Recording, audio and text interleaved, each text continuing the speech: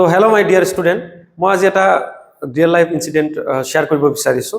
তো আজি মই ভিডিঅ' বনাই আছিলোঁ, তো এনেকুৱা ফিল হ'ল যে ল' এনাৰ্জি ফিল হ'ল, সেইকাৰণে একবাৰ বন্ধ কৰি দিলোঁ। বন্ধ কৰি ভাবিলোঁ যে এতিয়া গুচি যাওঁ, কিন্তু পিছত মনত হ'ল যে যদি মই আজি কামটো এৰি দিওঁ তেতিয়াহ'লে কালিও মই আৰু এটা মাইণ্ডত মোৰ এক্সকিউজ আহি যাব, ঠিক আছে। তো সেইকাৰণে মই তোমালোকৰ লগত এই বস্তুটো শ্বেয়াৰ কৰিব বিচাৰিছোঁ। তাৰপিছত মই আকৌ ভিডিঅ' বনোৱাটো ষ্টাৰ্ট কৰি দিলোঁ। ষ্টাৰ্ট কৰি মই ভিডিঅ' বনালোঁ। তো তাৰপিছত মই ভাবিলোঁ যে এই কথাটো মোৰ মাইণ্ডত যিটো এনাৰ্জি ল' আহিছে, কিহৰ কাৰণে আহিছে বা কিয় হয় এনেকুৱা, এইটো বস্তু শ্বেয়াৰ কৰিব বিচাৰিছোঁ।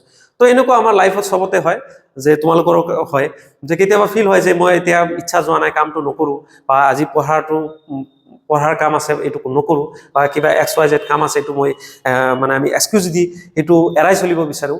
সেইটোৱে কি কৰে, সেই এক্সকিউজে তোমাক কি কৰে, লাহে লাহে ল' পাৰফৰ্মেঞ্চৰ দিশত লৈ যায়। তোমাৰ হাই পাৰফৰ্মেঞ্চ থকা যিসকল ব্যক্তি আছে তেওঁলোকে কি কৰে, এক্সকিউজ নিদিয়ে।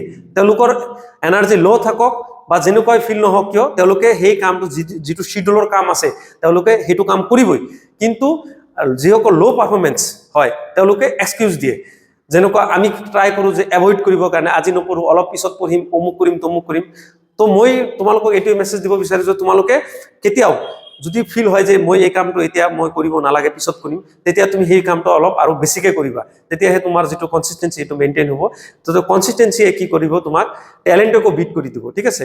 তুমি ৰেগুলাৰ যদি কামটো কৰি থাকা, যিকোনো এটা কাম কৰি থাকা, সেইটো যদি ৰেগুলাৰ এটা টাইম টেবল ফিক্স মেইনটেইন কৰিব পাৰা, তেতিয়াহ'লে তোমাৰ যিটো হাই পাৰফৰ্মেঞ্চ হ'ব, হাই পাৰফৰ্মেঞ্চৰ টিমত তুমি চামিল হ'বা, ঠিক আছে। Okay, thank U.